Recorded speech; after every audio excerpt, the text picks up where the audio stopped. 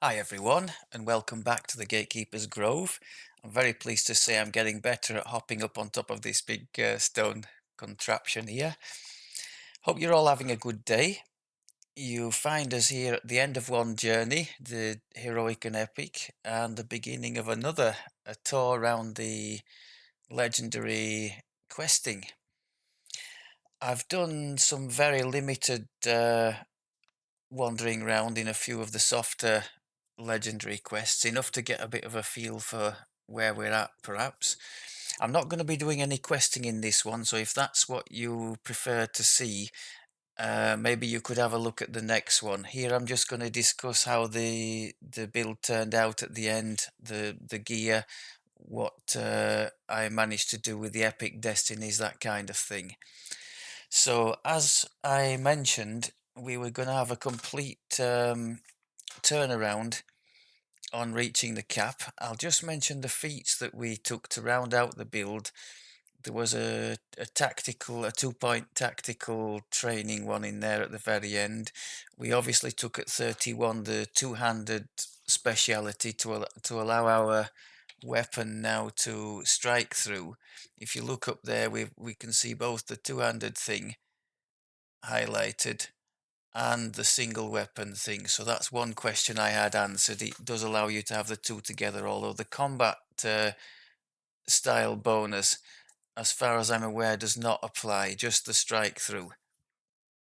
So that means our special attacks, trip, stun, sunder, that kind of thing can hit two always, and quite often three targets with a bit of luck.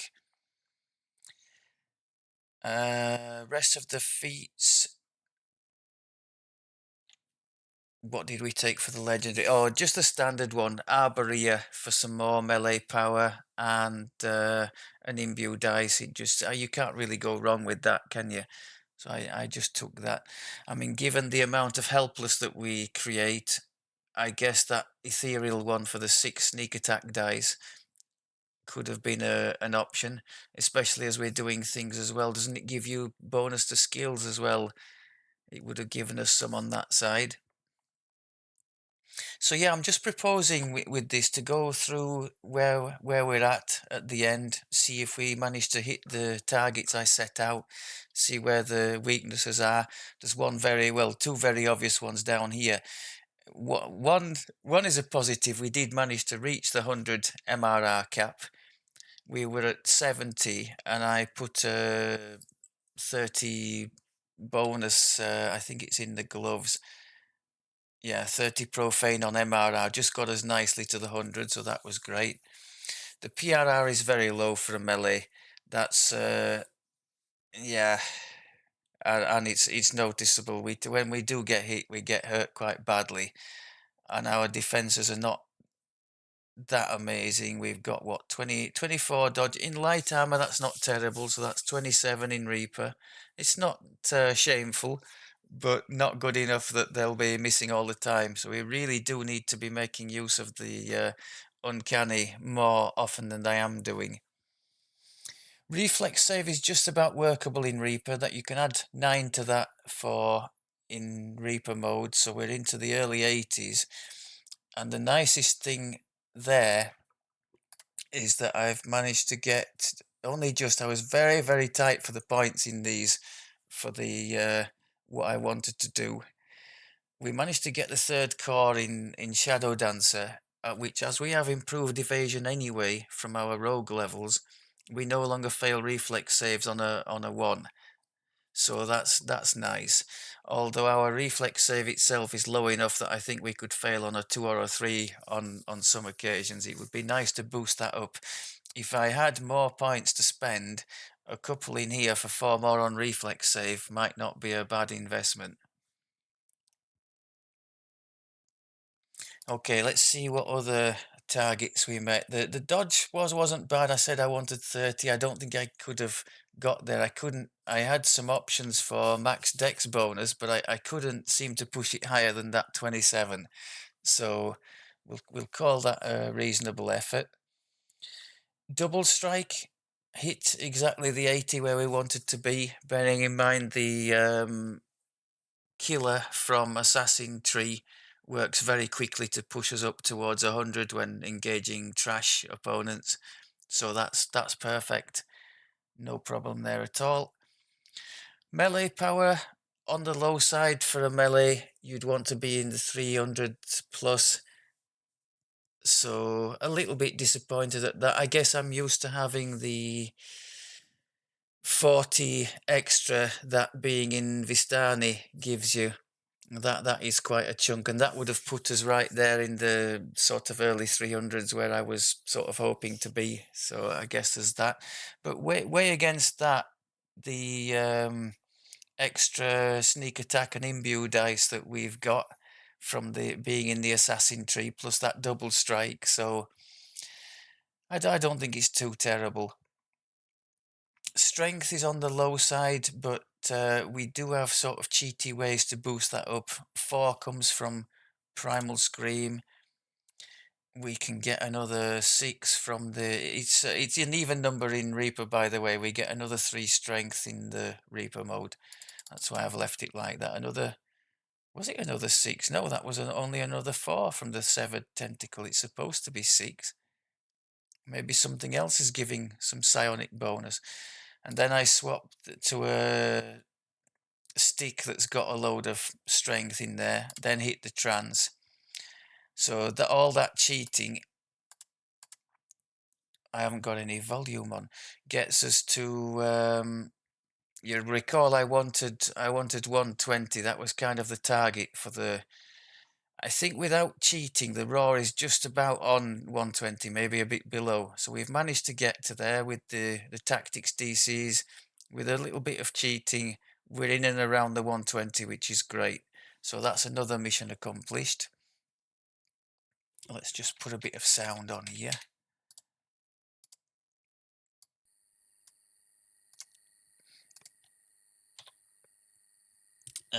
What else did I have here? The defenses are a lot better, the resistances now. I've got a Draconic Soul Gem in there, and on the weapon, there's actually 20 more stacking resistance to both fire and electric. That's why these are elevated. That one's elevated because of our acid dragon ancestry, or whatever you call it, in the Dragon Lord tree. So that's much better.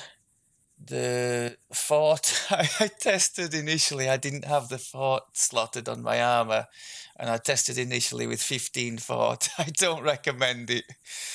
That's where impatience got me.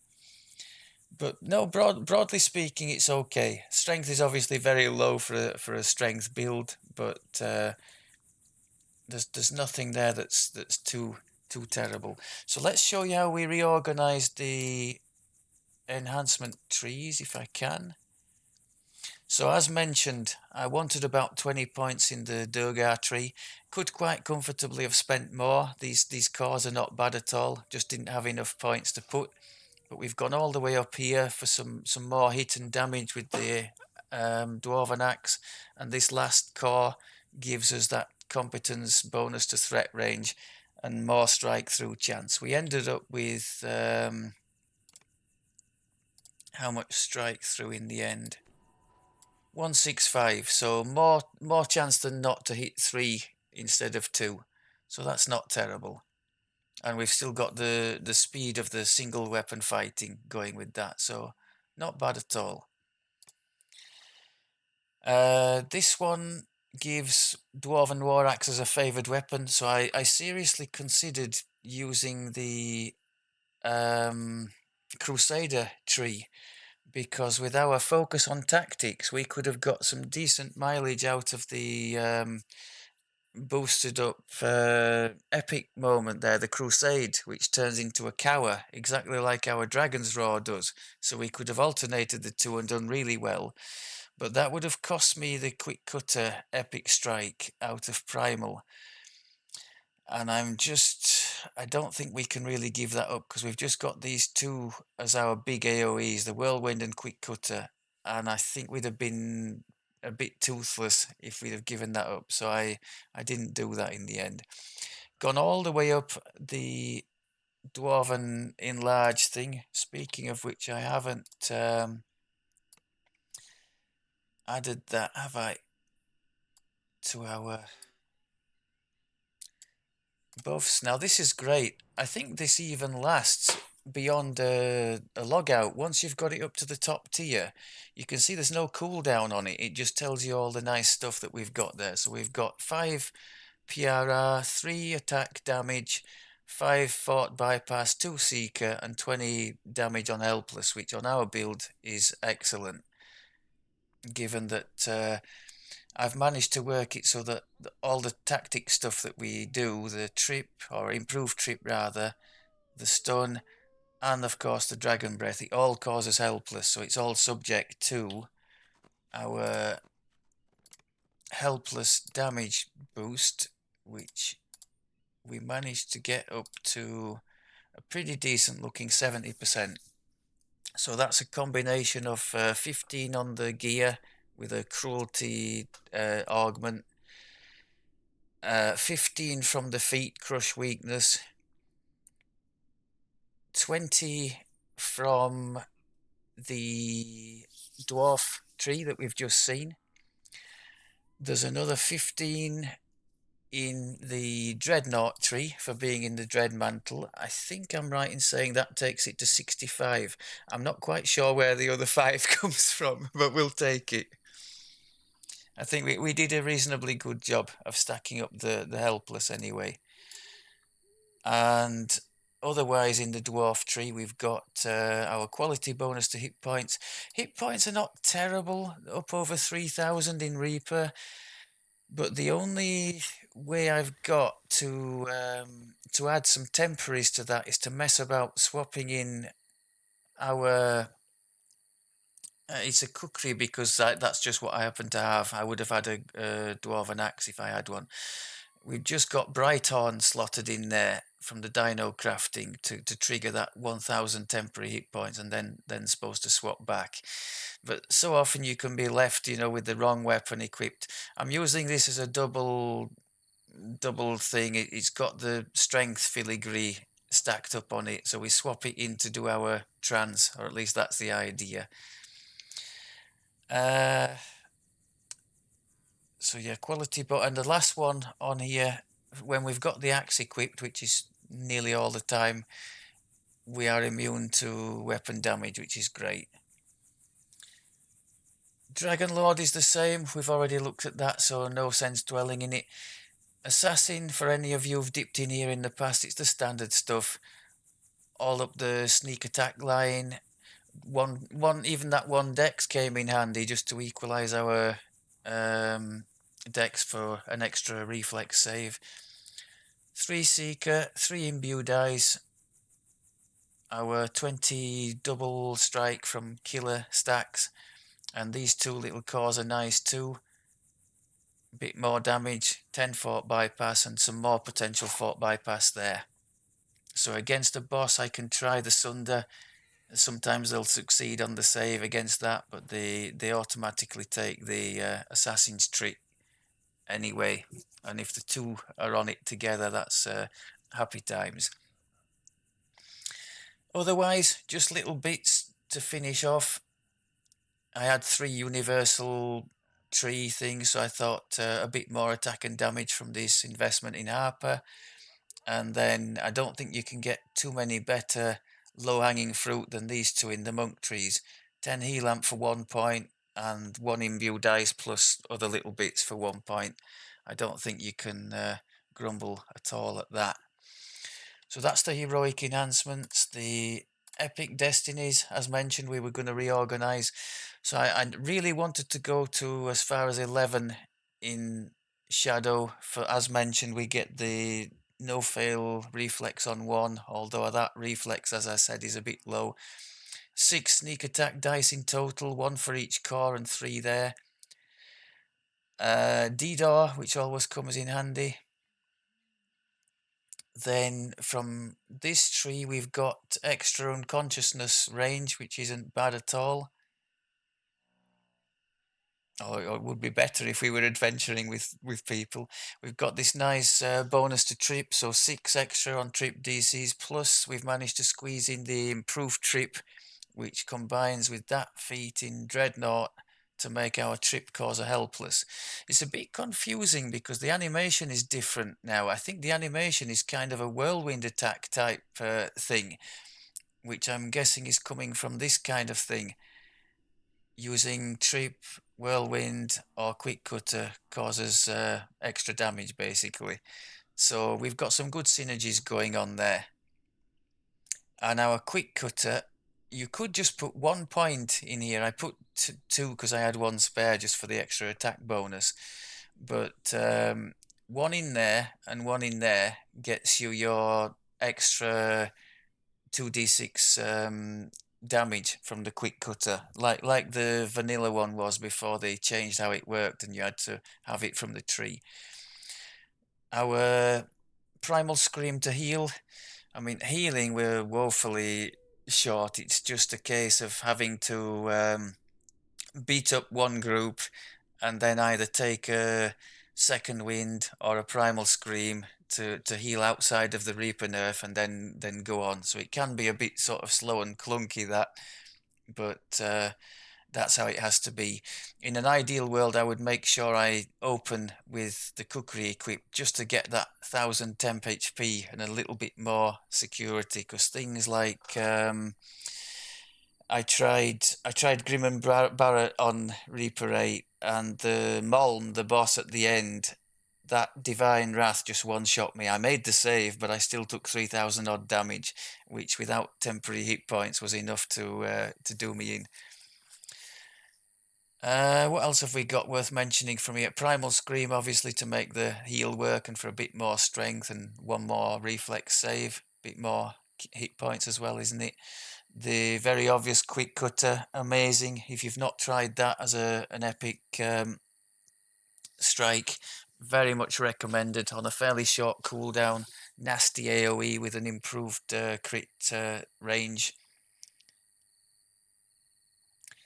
I took 3 of these because the Dragon Raw, when boosted with the tier 5s, is actually a coward effect.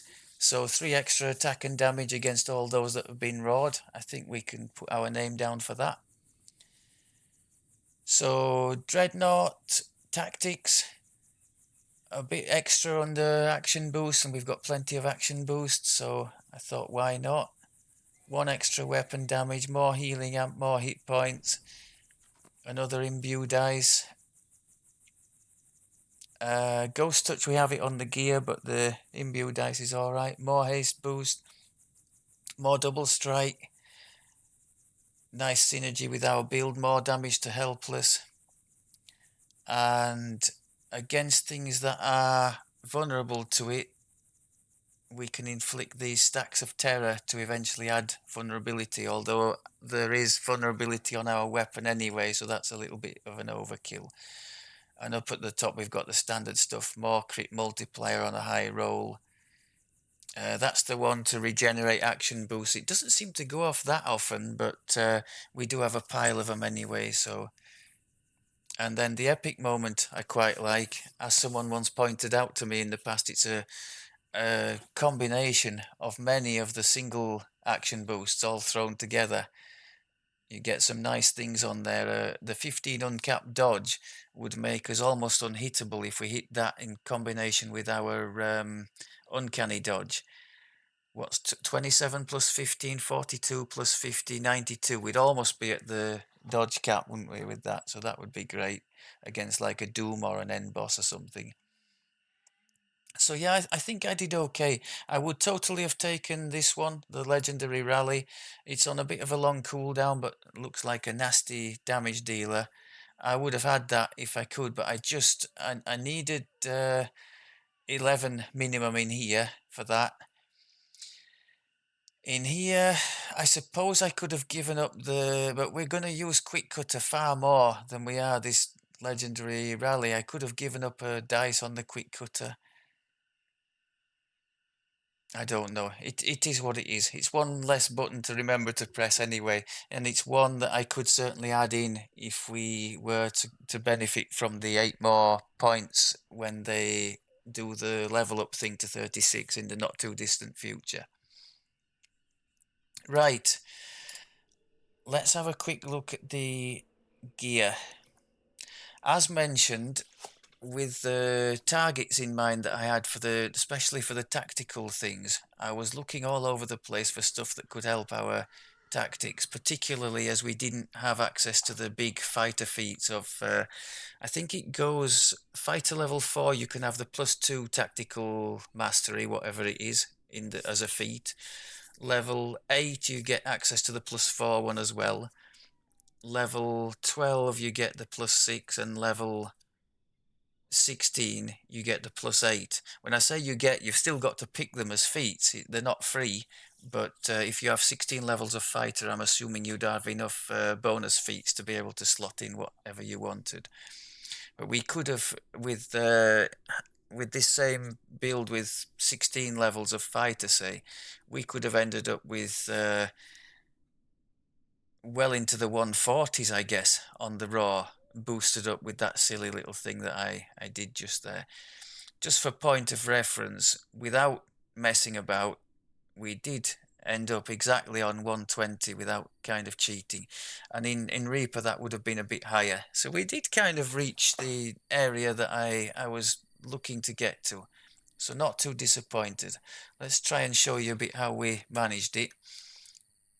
So instead of the Berserker goggles that I've been using to good effect on my barbarian, I went for these for the quality combat mastery, but they're good item anyway. Insightful fort bypass, double strike on there. Obviously you can slot double strike with the sword cross topaz from the Isle of Dread area. Melee power, I think that's one of the new augments they've added to the one of the new Randall lyrics, either in Lamordia or Mistrana. So I've thrown that in. The Ravels book, that's a vitality bonus to hit points that comes from the Vecna chain. Very nice one to have. There are a couple of very nice augments in the Vecna. It's to my eternal regret that both Vecna and Dino special augments are not, they're bound to account, aren't they, on acquisition, which is a shame. So you can't trade them, because some of these, like this Ravel thing, would be very tradable. And you can see there the 4 artifact bonus to strength in there. Super item this, as I mentioned, we leveled with it. It's got the Crown of Summer on. It's nice at the cap, just as it's nice to level with. Some nice things on there as well. Fort bypass, seeker, more accuracy. Thrown in a Sapphire of Greater Heroism from the immortality lessons in the Feywild. That drops in either the optional chest, I think it's the Granny Wolf werewolf thing, or the end chest. So if you are looking for those, go and do the optional. Go down the stairs and do the optional. Don't bother going all the way to the end of the quest and making life difficult for yourself. Festive Con and more melee power on the Sun and Moon augment there. I would totally have put a Festive Strength in if I had one, but given that they seem to have abandoned the Crystal Cove and that's the only place it came from, I don't tend to see Festive Strength listed on the auction house anymore, and I would guess if it was, it would be pretty expensive. So we're doing without that. That's that one. Here, another one that we showed. We didn't actually use this, but we did show it in the heroic version. That's got profane combat mastery, so that's stacking with the quality one that I showed on the glasses. Kick while down looks good because knockdown and stun, we have both of those capabilities. So making use of those would certainly help us to boost the damage output. And again, with the augment slots, just anything that was missing. Accuracy is a must. Con, because we didn't have it on the gear. and some healing amp. Nice one, this for for any melee or ranged build with the insightful and quality seeker. The strength is duplicated on the belt. Will saves. I think yeah, that's not. It's 2 extra over what I would have had. I had an 11 resistance gem, so that's a bit extra. That's the draconic soul gem that comes from. Oh, let me remember. I think it comes from somewhere in Giant Hold. I'm not too sure on that one. I usually get mine from the auction house. The essence of the litany, if you don't have an item with profane stat bonus, is quite nice. That's 2 on all stats. And the solar gem of enduring is one of the rare sun augments. That's giving us a 10% legendary on max hit points, as it says there, which means we don't have to take whatever that feat's called at 34. Is it blood? Titan's blood, I think, which gives the same bonus. So it frees up a feat, which we use to take something more offensive, I think. Maybe the embodiment of law, is it, for 2 imbue dice and a bit more PRR and MRR. So that's that one. The cloak, again, nice for what we're trying to do. 10 stacking double strike. And the wind through the trees, I think, is quite nice. I've leveled with that in the past, and it does get some. I think it's an unresistible knockdown. It doesn't tell you actually what it does there, but I think it's something like when enemies hit or miss you, they have a chance to be knocked down without a save. So that's not bad defensively. Topaz of damage, if you didn't know, is equivalent to deadly. So don't go thinking you can stack deadly and damage on the gear. They won't stack. I wish it would just say it as a topaz of deadly so everybody would know what the thing is. Festive decks, because I had a space left over and just one more reflex save because we're a bit short. That solar gem of cruelty, as I mentioned, big boost to our helpless damage. Very sought after for this build that we're doing at the moment. And the legendary version of the belt that we leveled with all the way from level 4. More melee power in the lunar slot, extra strength in the augment. Sapphire of Riposte is a very nice one. That comes from the Temple of Evil. I think it's the first part, and all you have to do is just go and find 1 or 2 rares that are closest to the entrance area and try and farm their chests. You don't have to you can drop in any rare chest, this one. Really nice to have. 6 stacking insightful bonus on saves. Doesn't stack with because there are the various types of this thing, aren't there, that can be on the gear. But just a really nice saves boost in general. And the Ram's Might and Quality Strength on there, very nice for our build. As is the True Seeing, so I don't have to mess about with True Sight Scrolls.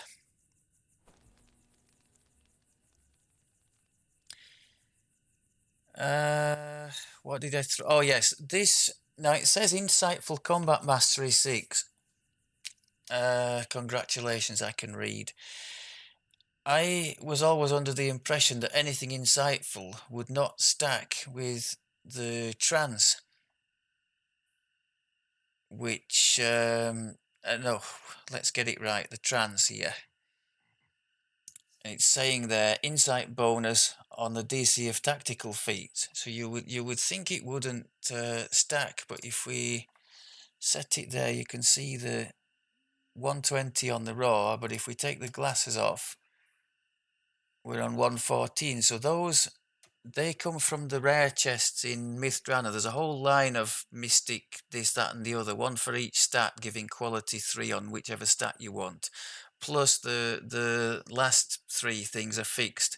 So you always get the quality, deception, insightful combat mastery. So for anybody wanting tactics, these are damn decent items. And the quality deception for extra sneak attack as well. Very nice to have for our build. I tried to stack on this because sneak attack is such a big deal with all the helpless that we cause. We've got the quality there. We've got the insightful deception on, oh well, the quiver of alacrity. We have it there, but I think we also have it on, yes, on these gloves. Now these gloves are amazing. I've mentioned them before. They come from the free-to-play quest in the Lamordia thing. It's the one just opposite the entrance to the mists in Jarasco. I forget what it's called, but it's a relatively easy farm. And yeah, insightful deception. The improved deception is a very sought after one too. Chance to make targets vulnerable to sneak attack in the first place, and that enhanced blood rage, really great, because we don't have it on the, most of you will probably have it on the goggles of the berserker, but we don't have that, so to have it on these gloves is very nice. And this one just happens to have a bonus to skills as well, which is good for our build, because bearing in mind we're still trying to do something with the roguey side of things, so that curse of major mechanics up at the top will help us too. Boots, the standard ones for most everybody at the cap, I guess. Those absorbs are so compelling for taking the edge off the painful black dragon bolts and such like, or indeed the nasty electric and fire damage prevalent in some of the end game raids.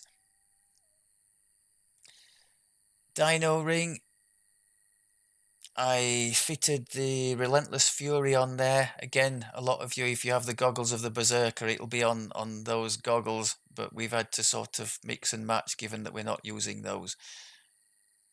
We've got Sapphire of Vertigo. I boosted up the tactics as much as I could. I didn't just rely on the 12 combat mastery from that item. I've gone for 16 or 17 on each one with augments to try and give us the best chance to be successful with it.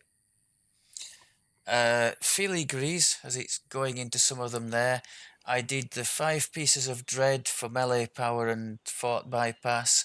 4 shattered device, as I'm usually the only one in the quest, so for debuffing beefy and boss targets. And 3 long shadow for the melee power and imbue dice. If I'd been planning to group with people or raid with this, I would have put instead 3 treachery for the 100% threat reduction, but I don't think I'll be doing any raiding with this build. And we started with the glasses, didn't we? That was a nice drop from the raid, the Relentless raid. It basically just drops crafting blanks, so you can purpose them to however you want. And the nice thing, really nice thing about those is they're bound to account, can you see there? Not bound to character. So you're able to pass them to whoever could use them, which is great.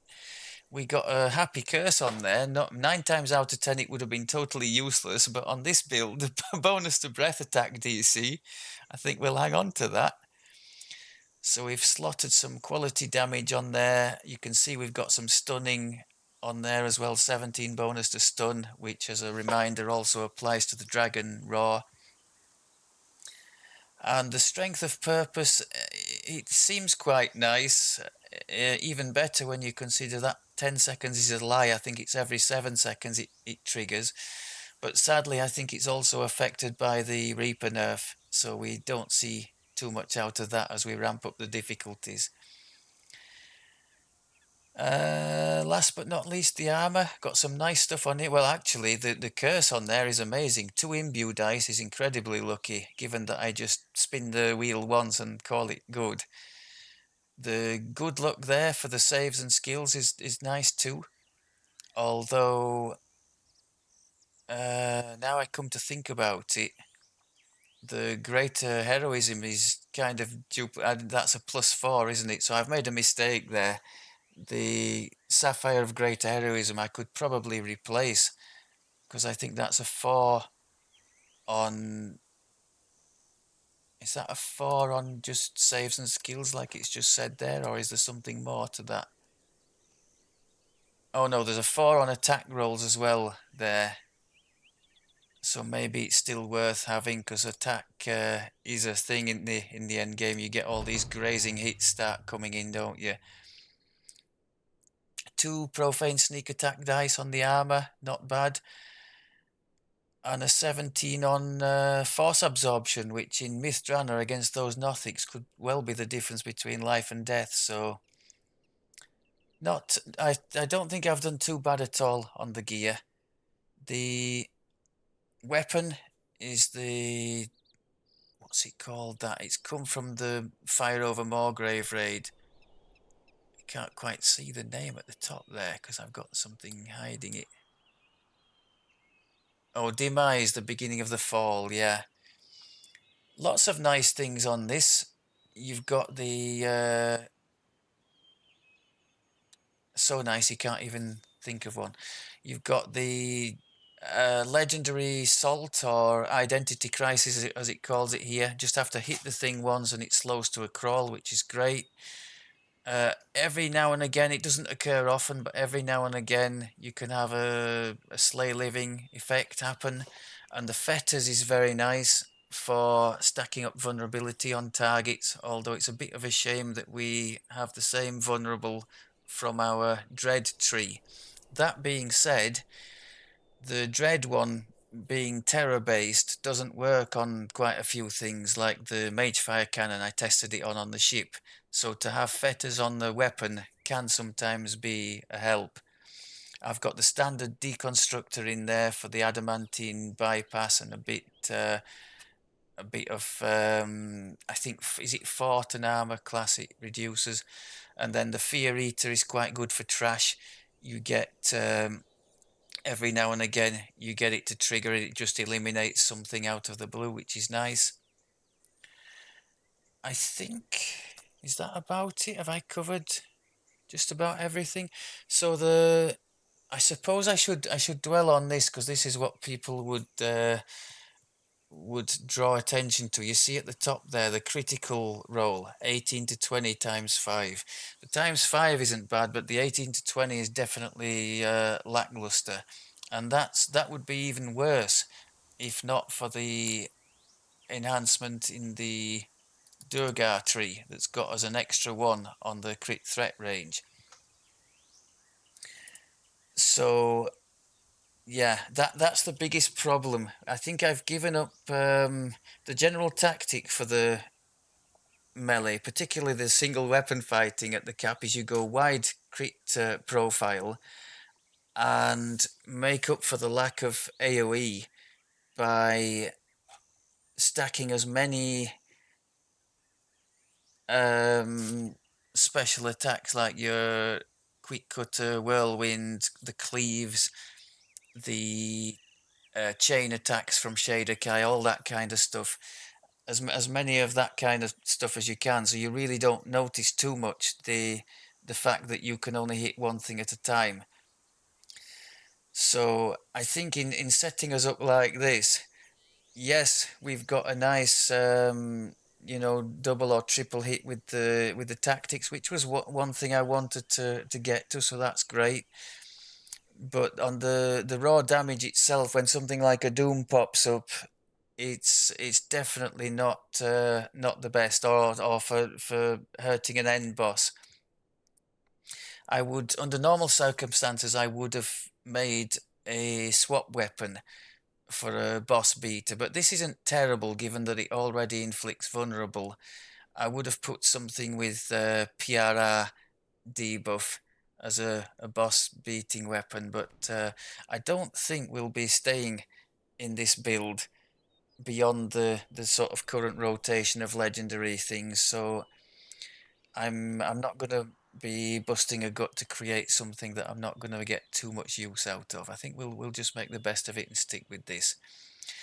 What I do want to do is, as mentioned, go through the legendary content, just see how we get on. Personally, from opening impressions, I think I set the expectations a bit too high. I mean, there's lots of good stuff that we did achieve, but I just think we struggle to clear things quickly enough before the things start to hurt us, and we are very hurtable with the low PRR and MRR. So I suppose that's what the purists would have been saying all along, that the be all and the end all of a build is the critical profile, and that's been I suppose as good an illustration for me as any of that. Not to say it's going to be useless or anything, but I think I could have done much better on the weapon profile side. So maybe next time around we try some the opposite. Go all out for the profile and see what else we can get to fit. But from the point of view of using the Duergar tree, I mean that was a big thing for this life. We've certainly made use of the top tier in there. The helpless here is a big help to us as well. The quality hit points, the no weapon damage. So we've totally fulfilled that particular brief anyway. I think that'll about do it for this one. I don't want to go on endlessly. I will be back in due course with. I think if we're ever going to do anything on 8 on this build, it's going to be the gatekeeper chain here. I don't anticipate us being able to do 8 on just about anything else. But the gatekeeper one, perhaps we could have a go. I think, yeah, I was overly ambitious there. I was thinking 8 for softer content and 6 for the tougher stuff. That's not going to happen. I would think it's going to be more 6 and 4 to try and collect himself some Reaper points.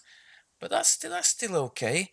I mean, many would argue 6 is kind of the sweet spot for just soloing through. If you're just after Reaper points on your own, I think, well, the top builds are going to absolutely steamroller that difficulty, and ours should have a decent chance of staying alive for most of it, one would hope.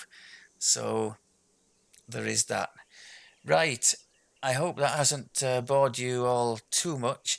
Just before I go, because the final piece that I wanted to do, if you'll recall, I wanted our trappy skills to be viable. As you can see there at the moment, the lock thing maybe is without any boost, but certainly the search and disable are not for legendary content. So I've got 3 separate little swapping things. This one you've seen before from Giant Hold, exceptional bonus 6 to everything. That one, open lock, disable device, insightful disable. And I've thrown bits of extra intelligence into them as well to try and boost the trappy skills more. Intelligence, search, insightful search. And with that, as you can see, the 3 stats that matter are well into the hundreds, which I would like to think would cater for most legendary content. So the only problem there is it's a bit clunky, and you must remember to switch them back. Otherwise you end up like me, scratching your head, wondering where all your damage has gone. But yeah, so that was mission accomplished. If I could have done, I would have preferred to have it on the gear just through augments, but I think we'd have been a bit borderline. We'd have ended up with 87. I don't think that would have been enough, would it? The lock thing might have been. We could have, yeah, 99 for most locks I think would have been alright, but the search and the disable definitely needed our help, so we were able to provide that there with the swap, so that's great. Otherwise, I don't think I have anything else to... I showed you the shield clickable already, which I'm still using the bottle for free movement, the Mysterious Remnant bottle, and upgraded our Death Ward to a almost everlasting Skullduggery Cap legendary one. Apart from that, I think you've seen it all. Okay. Sorry if that bored you. Thanks very much as always for looking. I think, long story short, I think on the gear side, I did okay. It's just the shortcoming, as people warned me in the forum in advance, is the weapon itself and the profile it has.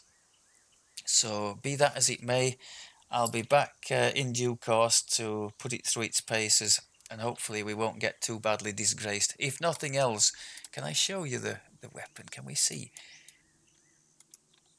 There, look, it's a... Oh, come on. It's pretty mean in appearance, isn't it? If nothing else.